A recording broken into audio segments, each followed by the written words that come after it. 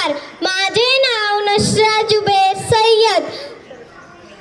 अध्यक्ष महाशय आणि पूज्य गुरुजन वर्ग व येथे जमलेल्या माझे मित्र मैत्रिणींनो, आज 26 जानेवारी म्हणजेच प्रजासत्ताक दिनानिमित्त काही 2 शब्द सांगणार आहे.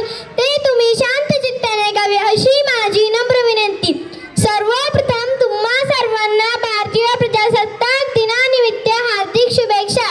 26 जानेवारी 1950 रोजी आपल्या भारताला संविधान लागू झाले.